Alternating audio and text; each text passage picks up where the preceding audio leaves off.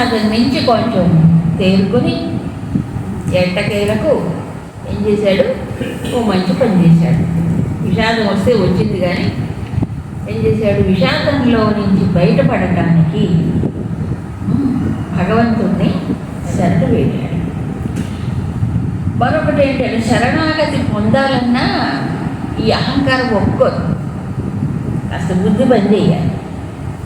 ఆ బుద్ధి పని చేస్తేనే తన దోషం ఏంటో తనకు తెలుస్తుంది కదా. అందుకని ముందు దుఃఖపడ్డాడు, అయ్యో ఈ పూజనీయులైన వారితో నేను యుద్ధం ఎలా చెయ్యాలి, వాళ్ళు మహాత్ములు, మనని నడిపేటువంటి వారు, అందుకని వారిని నేను బాణాలు వేసి కొట్టడం అంటే చాలా కష్టమైన పని అన్నాడు. అంతేకాదు ఈ మహాత్ముల్ని చంపేసేసి నేను ఏం చేయాలి, ఇప్పుడు రక్తం కూడి తినాలి, అంతే కదా, వాళ్ళు గాయపరచాలి యుద్ధంలో. కాబట్టి నేను ఒకవేళ సుఖాలు భోగాలు అనుభవించడం అదంతా రక్తం అనే మలినముతో కూడినదై ఉంటుంది. అలాంటి కూడు అలాంటి భోగం అనుభవించడం కంటే మరేంటి ఈ లోకంలో భైక్ష్యమవి బిచ్చం ఎత్తుకొని తినడం శ్రేయ, నాకు శ్రేయోదాయకం అని తన శ్రేయస్సు తానే నిర్ణయించుకున్నాడు అర్జునుడు. తర్వాత ఇహ మళ్ళొక మాట అంటున్నాడు, ఏమిటది, ఏతత్ న విద్మః. తన యొక్క కన్ఫ్యూజన్ ఉంది చూసారా, కన్ఫ్యూజన్ అంటే తెలుసు కదా, మనస్సు అటు ఇటు డోలాయమానంగా ఊగులాడటం. ఏమిటది, ఇప్పుడు నేను గెలవాలి, నేను రాజ్యం పొందాలంటే వాళ్ళని జయించడంగా చంపేసేయాలి అవసరం వస్తే, అవునా కదా. ఇతరంగల్లో రెండే రెండు. నేను జయం పొందాలంటే వాళ్ళని ఓడించాలి, ఓడించాలంటే సంహరించాలి. తొందరగా వీరపురుషులు చివరి దాకా యుద్ధం చేస్తారు, మరణించేది. కాబట్టి వీళ్ళని చంపక తప్పదు, అవునా. అప్పుడు నేను జయం పొందుతాను. ఇప్పుడు వాళ్ళకి జయం చేకూరాలంటే నేను యుద్ధం మానేయాలి, అంతే కదా. ఇంతకు ముందే చెప్పాడు, ఏమో ఈ సంవత్సరాలన్నీ వదిలేసి నేను ఉంటాను, వాళ్ళు వచ్చి నా మీద పడి నన్ను చంపినా నాకు పర్వాలేదు అంటే వాడు జయం పొందినా ఓకే అని, అవునా. ఇప్పుడు అదే అడుగుతున్నాడు, ఏది శ్రేష్టం అంటావు కృష్ణ, వాడు జయం పొందితే మంచిదా, లేకపోతే నేను వాళ్ళని ఓడించి జయం పొందితే మంచిదే, నాకేం అర్థం కావట్లేదు.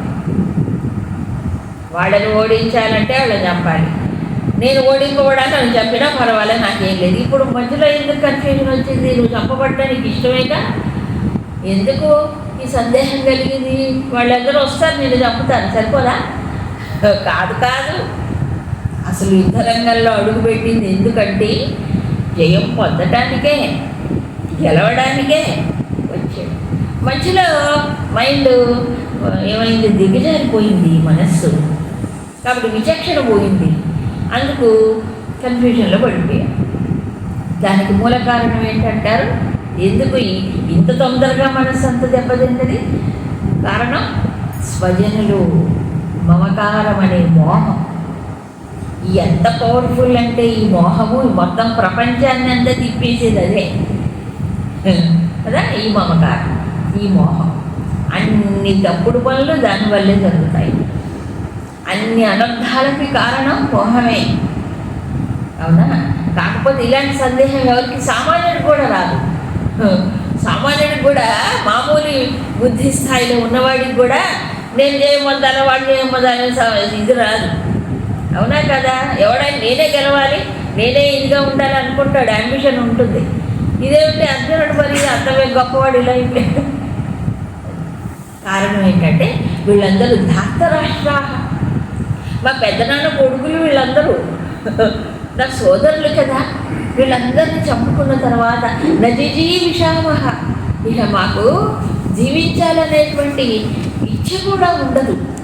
అలాంటి వాళ్ళందరూ ఎదురుగా ఉన్నారు, ఇప్పుడు ఎలా చెయ్యను కృష్ణ అని అడిగాడు. దాకేమో గురువుల్ని ఎలా చంపాలన్నాడు, ఇప్పుడు ఈ సోదరులు చంపుకుంటే ఇంకేమిటి నా జీవితం అంటున్నాడు. ఇంకా ఏడుపు కంటిన్యూ అయ్యింది, పూర్తిగా ఏడవటం మానలే. తర్వాత ఏడుస్తూనే ఉన్నది ఓ పక్కన మనస్సు, కానీ బుద్ధి ఓ పక్కన ఆలోచిస్తూనే ఉంది. ఇది గ్రేట్. మామూలుగా పూర్తిగా దుఃఖంలో విషాదంలో మునిగిన వాడికి ఈ బుద్ధి పనిచేయదు. కానీ ఇంత కృష్ణుడు ఒక ఇంజక్షన్ ఇచ్చాడు కదా, ఏమన్నాడు? ఏమిటయ్యా నీవు క్లైప్యమాస్మగపార్థ చెప్పాడు. అవునా? కాబట్టి నువ్వేం చేయాలి? వదిలిపెట్టు. ఏం వదిలిపెట్టాలి? ఈ స్థితిని, ఈ దుఃఖాన్ని, అవునా, క్లీపత్వాన్ని వదిలిపెట్టు. ఈ దుఃఖాన్ని నువ్వు వదిలిపెడితే వదులుతుంది, కానీ నువ్వు కంటిన్యూ చేస్తే అలాగే అవుతూ ఉంది. త్యక్త్వా, వదిలేసి లేచి నిలబడి యుద్ధండి అనే ఒక సందేశాన్ని ఇచ్చాడు. కాబట్టి అది బాగానే పనిచేసింది. అందుకని ఓ పక్కన ఆలోచిస్తున్నాడు. ఏమని? ఇప్పుడు ఎప్పుడైతే ఆలోచన మొదలైందో దోషాన్ని గుర్తించాడు. ఆలోచించనంతకాలం, తన్ని తాను పరిశోధించుకోనంత కాలం ఏమవుతుంది? మనిషికి లోపం తెలియదు. ఎదురువాడు చెప్పినా అర్థం కాదు. చెప్తే అర్థం చేసుకున్నవాడు గొప్పే, చెప్పినా అర్థం కాదు. ఇక్కడ అర్జునుడు కాస్త వివేకం లోపల నుంచి ఉదయించింది కాస్త. కాబట్టి తన లోపం తెలుసుకుని ఏమంటున్నాడు? కార్పణ్య దోషోపహత స్వభావ. అసలు వీరుడి యొక్క స్వభావం కాదు. అర్జునుడు మహావీరుడు. ఈ దీనత్వం, ఈ దైన్య భావన అనేది ఇప్పుడు వచ్చి పడింది ఓ 10 నిమిషాల క్రితం. అవునా కాదు? అసలు దీనత్వం అంటే ఏమిటి? కృపణత్వం అంటే ఏమిటి? కృపణత్వం అనే దానికి ఉపనిషత్ స్టాండర్డ్లో చూసినప్పుడు అజ్ఞానమే కృపణత్వం. అజ్ఞానమే కృపణత్వం. ఇది ఎక్కడ చెప్పారు అంటే, ఒక పెద్ద అరణ్యం లాంటి ఉపనిషత్తు ఉంది, బృహదారణ్యకోపనిషత్తు అని పెద్దది. దాంట్లో యాజ్ఞవల్క్య మహర్షి గురువు గారు. చాలా సంవాదాలు ఉన్నాయి. అందులో శిష్యురాలు ఎవరు తెలుసా? ఆయన భార్య గార్గ్య అనేటువంటి వాళ్ళకి ఇద్దరికి సంవాద రూపంలో ఉంటుంది. ఆయన ఒక మాట చెప్తారు, యోవా హేతత్ అక్షరం గార్గి అవిదిత్వా ఏతస్మాత్ లోకాత్ ప్రైతి స కృపణ. డెఫినేషన్. ఎవడండి కృపణుడు అంటే, ఈ లోకంలో మానవుడై పుట్టిన తరువాత ఏతత్ అక్షరం, అక్షరం అంటే ఎవరు? పరమాత్మ. ఈ పరమాత్మని తెలుసుకోకుండా అవిదిత్వ ఏ తస్మాత్ లోకాత్ ప్రైతి మరణిస్తాడో వాడే కృపణ. చూడండి ఏ స్టాండ్ పాయింట్ చెప్పాడు అంటే, మానవ జన్మ ఎందుకు వచ్చిందట? మానవ దేహాన్ని భగవంతుడు ఎందుకు ఇచ్చాడు? తన్ని తెలుసుకోవడానికి ఇచ్చాడు పరమాత్మని. ఆయన తెలుసుకోకుండా పుట్టాడు పోయాడు, పుట్టాడు పోయాడు, అంతే. అజ్ఞానంలోనే చచ్చిపోతున్నాడు. జ్ఞానం చచ్చిపోవట్లేదు. అప్పుడేమవుతుంది? అదంతా కృపణం. కాబట్టి అజ్ఞానమే కృపణం. ఆత్మజ్ఞానము లేనటువంటి అజ్ఞానం. ఈ జ్ఞానం అంటే మనకి బోల్డ్ జ్ఞానం ఉంది, ప్రాపంచిక విషయ జ్ఞానం, ఇతర శాస్త్రాల జ్ఞానం ఉండొచ్చు. అది కాదు. పరమాత్మ కంటే తాను భిన్నుడను అనేటువంటి ఆ జీవభావమే అజ్ఞానం. ఈ అజ్ఞానం పోనంత కాలము కృపణుడే. అంటే ఈ దేహము, ఈ మానవ జన్మ దుర్వినియోగం చేసుకుంటున్నాడు. శృతిమాత ఎలుగెత్తి చాటింది అనేక సందర్భాలలో. అవునా? అంటే ఆ ఛాన్స్, ఏ ఛాన్సు? పరమాత్మను అందుకునేటువంటి యోగ్యత ఈ మానవుడికే ఉంది. అది భగవంతుడు ఇచ్చాడు. బుద్ధి అనేది ఇచ్చాడుగా, వివేకం, విచక్షణ. ఉపయోగించుకోకపోతే ఏమవుతున్నాడు?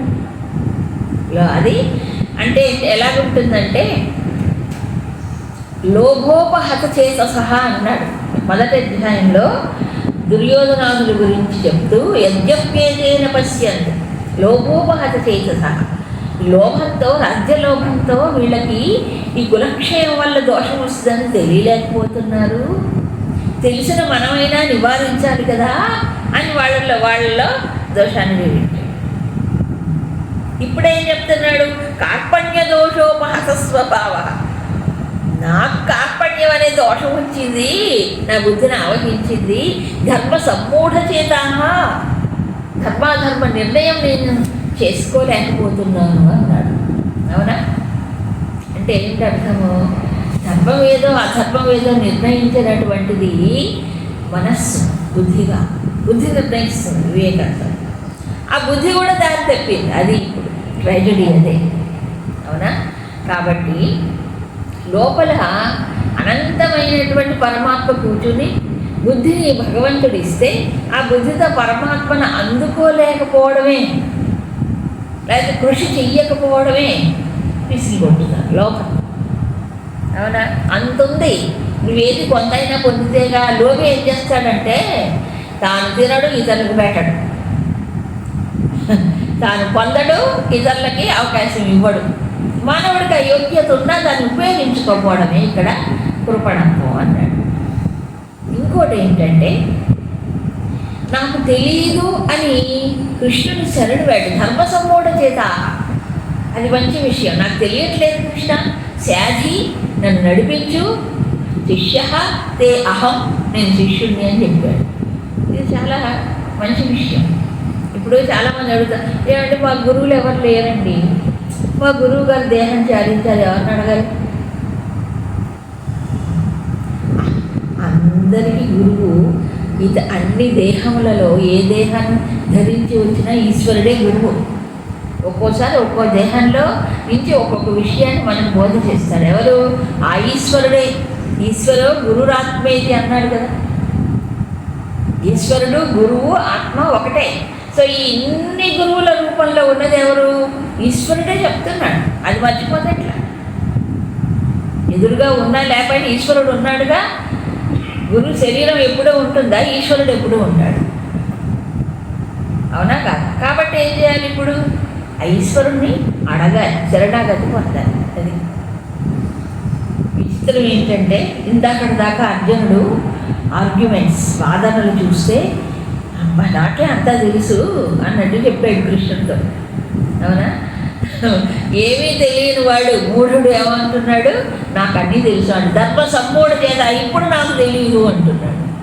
ఇందాక అన్నీ తెలిసినట్టుగా మాట్లాడాడు. మూఢుడికి ఏంటంటే అహంకారం ఉంటుంది. తనకు తెలియదు అన్న విషయం తెలియదు, అదే మూఢత్వం.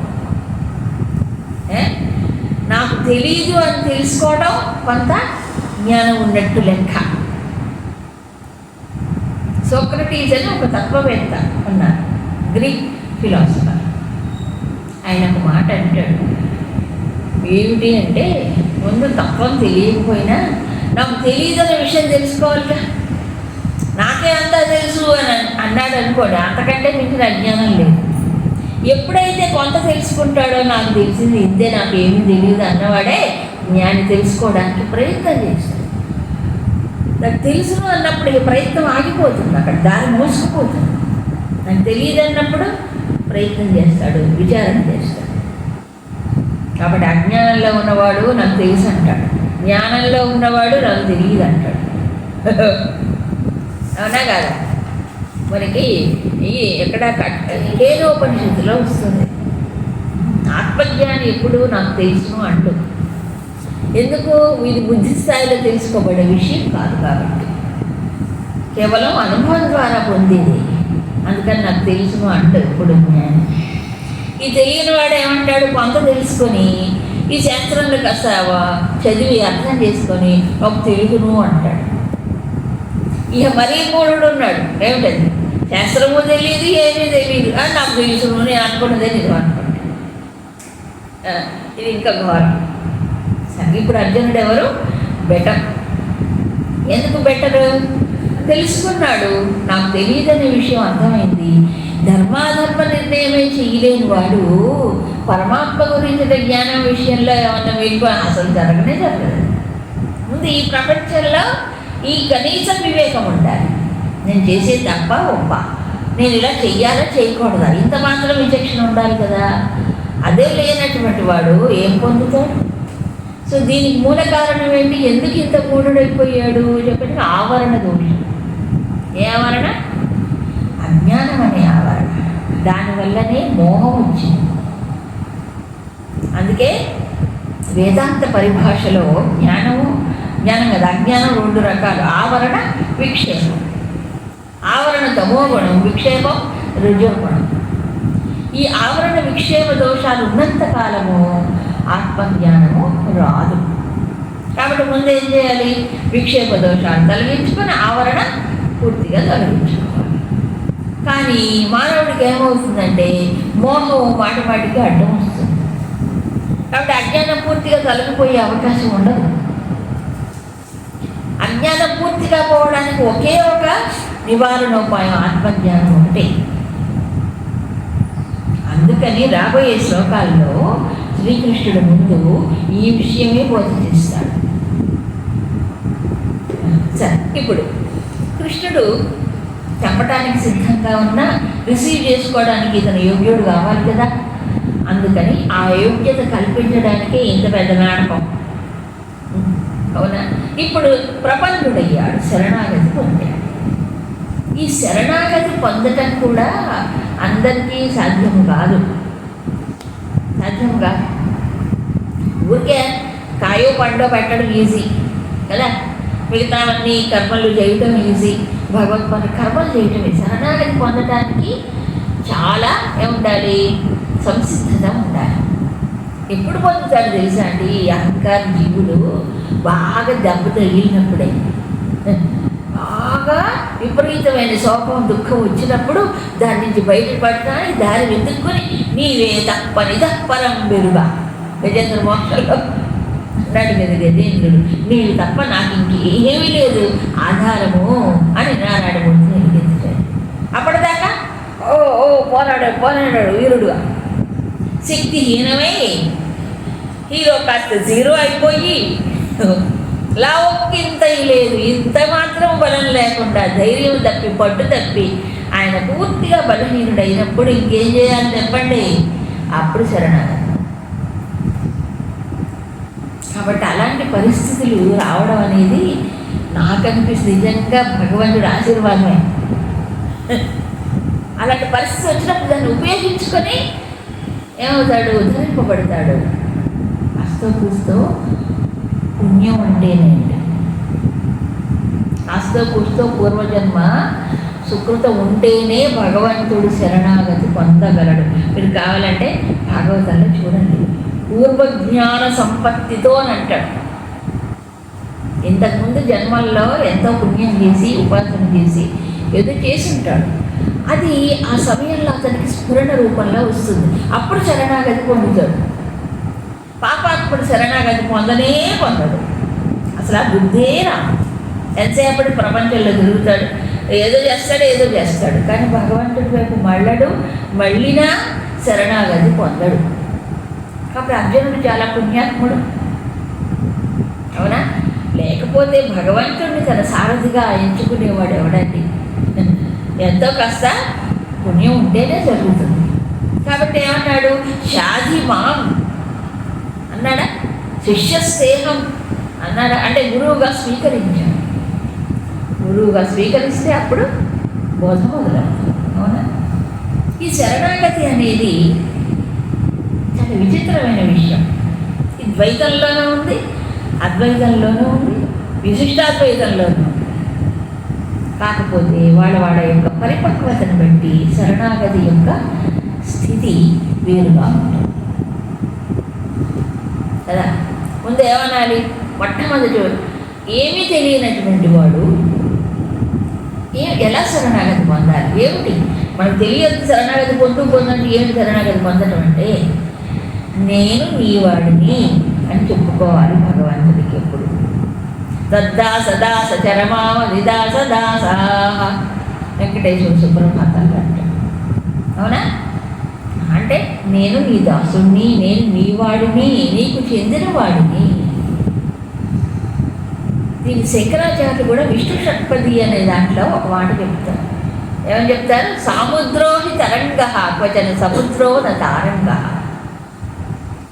తరంగములన్నీ సముద్రానికి చెందినవి, కానీ సముద్రము తరంగములకు చెందిన చిన్న నీటి ఇది కాదు.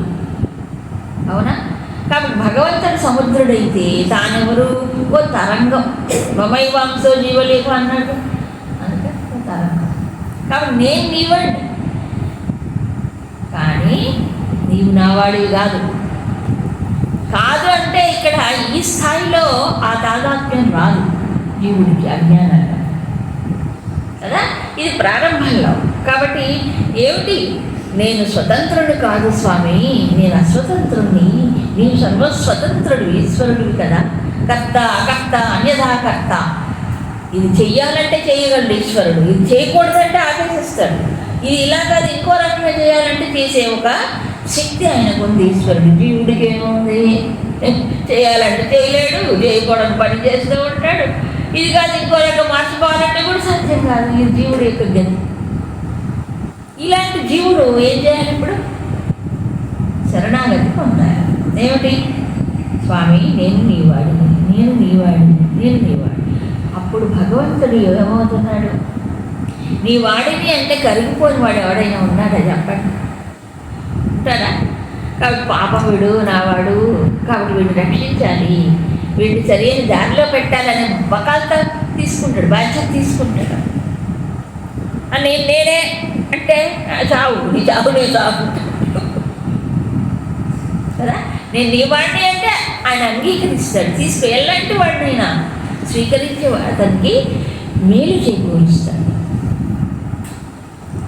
రామాయణంలో శ్రీరాముడు ప్రకటిస్తాడు ఈ విషయాన్ని, విభీషణ శరణాగతి కంటాను కదా.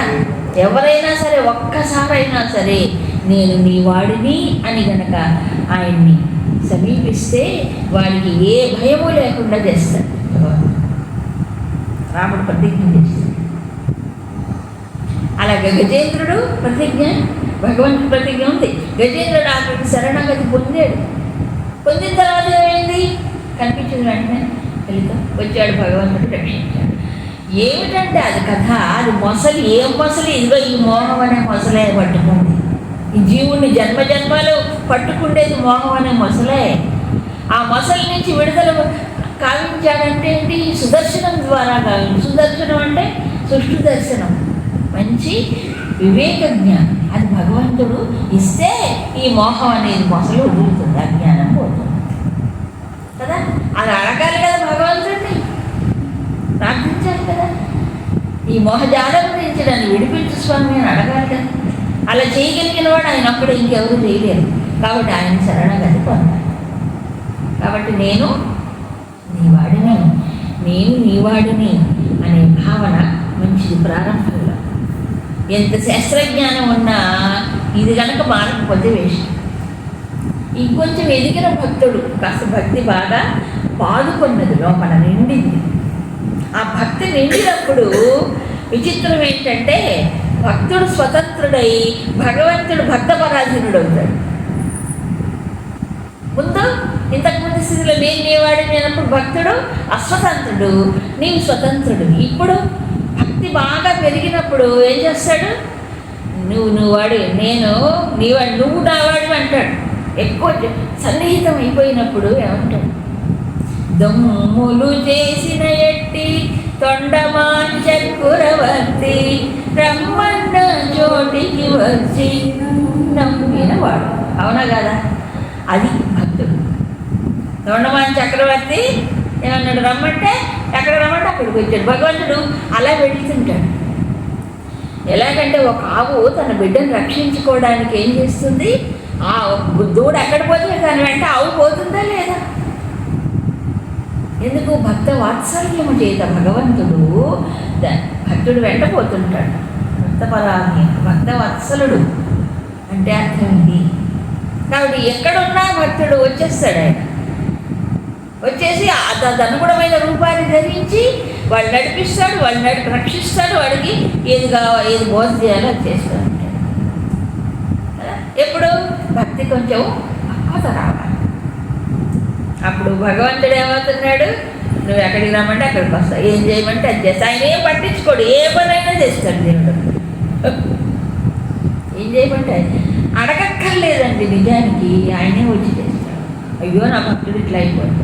అయితే ఆయన ఎందుకు దృష్టి, నువ్వు నావాడివి, నువ్వు నావాడివి. కాబట్టి నువ్వు కాక ఎవరు చేస్తారు స్వామి? భక్త రామదాసు మాత్రం ఏమన్నాడు?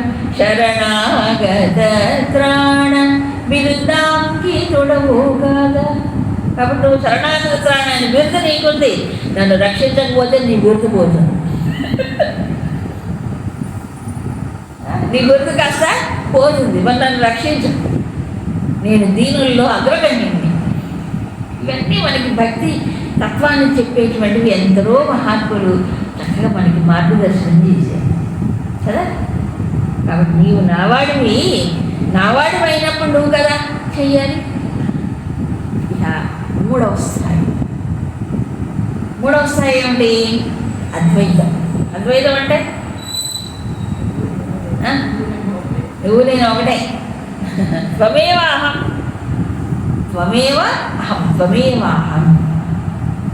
నీవు నేనే ఒకటే. ఎప్పుడు? ఈ శరీర తాదాత్మ్యం ఉన్నప్పుడు కాదు. ఎదగాలి, విచక్షణ వివేకము కలగాలి. ఏ వివేకం? ఆత్మానాత్మ వివేకం.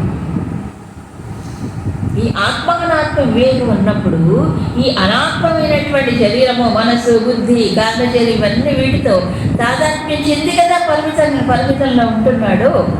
ఈ వదిలించుకోవడానికి సూటి అయిన మార్గం ఏమిటంటే పరమాత్మ ఆత్మరూపుడై ఉన్నాడు కాబట్టి ఆయన కంటే నేను భిన్నుడను కాదు. ఇది సూటి అయిన మార్గం. ఎప్పుడు బాగా పరిపక్వత కలిగి వివేకం, వైరాగ్యం సంపూర్ణంగా వచ్చినప్పుడు ఈ తాదాత్మ్యం చెందుతాడు. అప్పటిదాకా చెందలేదు. ఈ రాంగ్ ఐడెంటిఫికేషన్స్ ఉన్నంత కాలము, అంటే శరీరమునో బుద్ధులు అని ఆ తాదాత్మ్యం ఉన్నంత కాలము పరమాత్మకు చెందలేదు. దీనికి పరిపక్వత కావాలి. అందుకే అధికారి లక్షణాలు ఏమిటి? సాధన చతుష్ట. ఇవన్నీ మనకి శంకరాచార్యులు చెప్తారు ప్రకటన గ్రంథాలు. కాబట్టి ఊరికి అద్వైతం మనం చదువుకుంటూ సరిపోదు. సాధన చతుష్టే సంపన్నుడు దానికోసం ప్రయత్నం చేయాలి. అది ముఖ్యం, అవునా? సో ఇదంతా కూడా తెలుస్తుంది. ఇప్పుడు ఇంత విషాదంలో ఉన్నా కూడా అర్జునుడు కృష్ణుని ఒకటి అడిగాడు. ఇంతకుముందు నా క్షేమం ఏమిటి అని తానే నిర్ణయించి చెప్పాడు. పిచ్చమెత్తుకోవటం నా క్షేమం అన్నాడు. ఇప్పుడు శ్రేయస్యాత్ నిశ్చితం మే బ్రూహి, నాకు ఏది శ్రేయోదాయకమో నీవు నిర్ణయించి చెప్పు అన్నాడు. అది గొప్ప విషయం. తన నిర్ణయాలు పక్కకు పెట్టేసాడు. నాకు తెలిస్తే కదా స్వామి, ధర్మాధర్మ విచక్షణ లేని నాడు నాకు ఏది శ్రేయస్సు నాకు ఎలా తెలుస్తుంది? నీవు నిర్ణయించి చెప్పు అంటే ఏమిటి?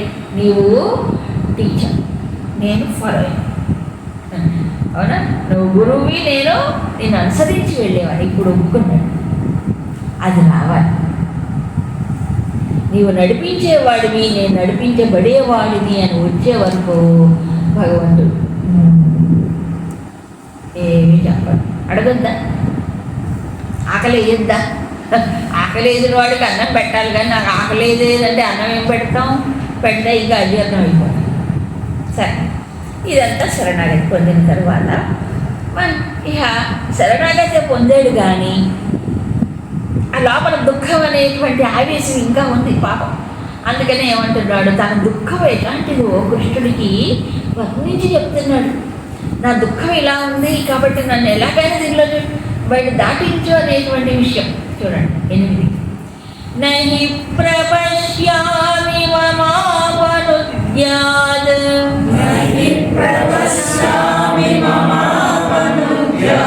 యచ్చోకముచ్చోషణమింద్రియాణాం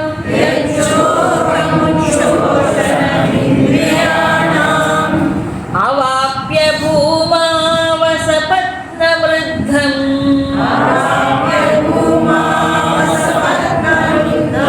రాజ్యం సురాణామపి చాధిపత్యం.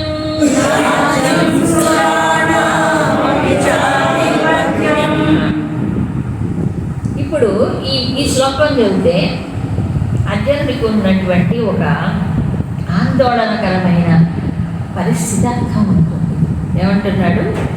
యత్ శోకం ఇంద్రియాణం ఉచ్ఛోషణం. నాకు ఇప్పుడు నేను శోకంలో ఉన్నాను. ఈ శోకం ఎలాంటిది? నా ఇంద్రియాల యొక్క శక్తిని కూడా శోషింపజేస్తుంది, ఎండగొట్టేస్తుంది. అంటే మనస్సే కాదు తప్పించేది, ఇంద్రియాలు కూడా.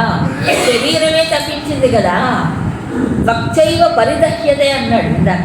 అంటే నా చర్మం కూడా ఎండిపోతుంది, నోరు తడారిపోతుంది. అంటే తపన, లోపల వేడి అగ్ని. ఏమగ్ని? శోకాగ్ని.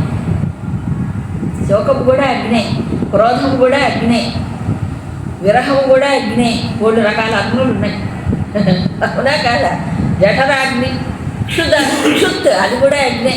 కాబట్టి ఈయనకేంటి శోకాగ్ని. ఏమైంది? ఇంద్రియాలను కూడా ఏం చేస్తున్నది? ఇంద్రియాల శక్తి తగ్గిపోయింది. చూడండి ఈ శోకం ఎంత పవర్ఫుల్లో. అవునా? ఇంద్రియాలు చాలా వేగవంతమైనవి, శక్తివంతమైనవి, మానసికమైనది. బాధ ఇంద్రియాల స్థాయి కూడా వచ్చి దాన్ని ప్రభావితం చేస్తుంది. తర్వాత కాబట్టి నహి ప్రపశ్యామి అను, నాకు దారి తెలియట్లేదు, దారి కనిపించట్లేదు, నాకు వచ్చినటువంటి ఈ శోకాన్ని నేను దాన్ని ఎలా తొలగించుకోవాలో నాకు దారి తెలియట్లేదు. ఈ శోకాన్ని క్షమింప చేయడానికి ఏమంటున్నాడు? సురాణామభిచాధిపత్యం అంటే ఆ దేవేంద్ర పదవి నాకు వచ్చినా దేవేంద్రుడైనా, తర్వాత అసపత్నం వృద్ధం భూమౌ, ఇక్కడ ఈ లోకంలో స్వపత్నులు అంటే నిష్కటకమైనటువంటి ఈ సామ్రాజ్యం అవాప్య, ఒకవేళ నేను పొందినా నాకు ఈ శోకము శమించదు. అంటే నా శోకము కేవలం రాజ్యం కోసం కాదని అంటున్నాడు. కేవలం రాజ్యం కోసం కాదు. ఒకవేళ రాజ్యం కోసమే నేను పరితపిస్తున్నానంటే అప్పుడు దేవేంద్ర లోకంలో ఈ పదవి వచ్చినా, ఈ లోకంలో భూలోక సామ్రాజ్యం అంతా నాకు వచ్చినా నా శోకం పోతుంది. కానీ నేను రాజ్యం కోసం శోకించట్లేదు. కానీ ఎందుకు శోకం వస్తుందో నాకు తెలియట్లేదు. కానీ నన్ను విపరీతమైన దీనికి గురి చేస్తుంది. ఆ ఇంద్రియాలు కూడా తేజోహీనమైపోతున్నాయి. సరే, ఇప్పుడు బయట పెట్టాడు. అంటే కేవలం రాజ్యలోకము కాదు, సంథింగ్ డీప్ విదిన్. ఏమిటతనికి? ధర్మాధర్మ విచక్షణ అతన్ని పీడిస్తుంది. అంతేనా? అంటే ఏమన్నాడు? ఇప్పుడు అధర్మము ధర్మంగా, ధర్మం అధర్మంగా రివర్స్లో కనిపిస్తోంది. క్షత్రియుడైన వాడు తన ధర్మము దాన్ని తెలుసు అర్జునుడికి. ఇప్పుడే మనస్సు దానికి వ్యతిరేకిస్తుంది. నువ్వు పాపం చేస్తున్నావు అంటుంది మనస్సు. వాళ్ళతో యుద్ధం చేస్తే పాపం, వాళ్ళని చంపితే పాపం అంటుంది మనస్సు. సో ధర్మ సంకట పరిస్థితి అర్జునుడికి వచ్చింది ఏమిటి? ధర్మ సంకట పరిస్థితి. మానవుడికి ఈ ధర్మ సంకట పరిస్థితులు కొన్ని సందర్భాల్లో వస్తాయి. ఏమిటి ధర్మ సంకటం అని అంటే, ఒకే వ్యక్తి ఒకే సమయంలో 2 ధర్మములను ఆచరించవలసిన సందర్భం వచ్చినప్పుడు సంకటం ఉంటారు. సంకటం ఏమిటది? ఒకటి సామాన్య ధర్మం, 2 విశేష ధర్మం. ఇప్పుడు అర్జునుడు ఈ రెండింటి మధ్యలో నలిగిపోతున్నాడు. మనకి రామాయణంలో బెస్ట్ ఎగ్జాంపుల్ శ్రీరాముడు, అందరికీ తెలుసు. అవునా? సీతాదేవిని పరిచయించవలసినటువంటి ఘట్టంలో ఆయన అలాగే బాధపడ్డాడు కదా. ధర్మపత్ని, పైగా గర్భవతి, తనకి ప్రియురాలు, ఇష్టం లేని కాదు కదా సీతాదేవి అంటే, ఎంతో ప్రియం. ఇలాంటి సీతాదేవిని త్యజించేటువంటి మనస్సు చాలా వేదనకు గురి అవుతుంది. అంత వేదన పడ్డాడు రాముడు, పడాలి కదా, పడతాడు. అయితే ఇంత వేదనని మనస్సులోనే అణుచుకుని ఒక మహారాజుగా, ఒక చక్రవర్తిగా ప్రజలకి సందేహం ఏర్పడింది కాబట్టి వాళ్ళ సందేహాన్ని నివృత్తి చేస్తేనే తప్ప రాజుగా తాను పరిపాలన చేయలేదు. అటు రాజధర్మాన్ని అనుసరించి తనకి ఎంతో ప్రియురాలు ధర్మపత్ని గర్భవతినైనా ఆయన త్యజించాడు. అందుకే సీతా పరిత్యాగం అన్నారు. త్యాగం అన్నాడు కానీ వదిలేశాడు అనకూడదు తేలిగ్గా. సీతని రాముడు ఏం చేశాడు? పరిత్యాగము చేశాడు. తనకి ఇష్టమైన వస్తువును వదిలిపెడితే త్యాగం అంటారు. ఇష్టం లేని దాన్ని వదిలేస్తే పారేశాడు అంటాడు. అవునా కదా? సీతమ్మని పారేయలే, ఒక మంచి ఏమంటారు క్షేమకరమైన ఒక ప్రదేశాన్ని నిర్ణయించి వాల్మీకి ఆశ్రమం అని చేసి కాబట్టి అక్కడే వదిలిమన్నాడు. సో ఇదేమిటి ఇప్పుడు? ధర్మ సంకటం. ఒకటి ఒక గృహస్థ ధర్మం, 2 రాజధర్మం. 2 ఒకే సమయంలో రాముడు నిర్వర్తించవలసిన సమయం వచ్చింది. గృహస్థుడి ధర్మం కంటే రాజధర్మం ఎక్కువ. ఎందుకని? ఇన్ని లక్షల మంది ఆ కోసల సామ్రాజ్యంలో ఎవరైతే ఉన్నారో వాళ్ళందరికీ ఈయన చక్రవర్తి. కాబట్టి ఆ ధర్మం ఎక్కువ, ఈ ధర్మం ఎక్కువ. అవునా? రాజధర్మం ఎక్కువ. ఇదేమో ఇండివిజువల్, వ్యక్తిగతమైంది. అదేమో సమష్టికి చెందినది.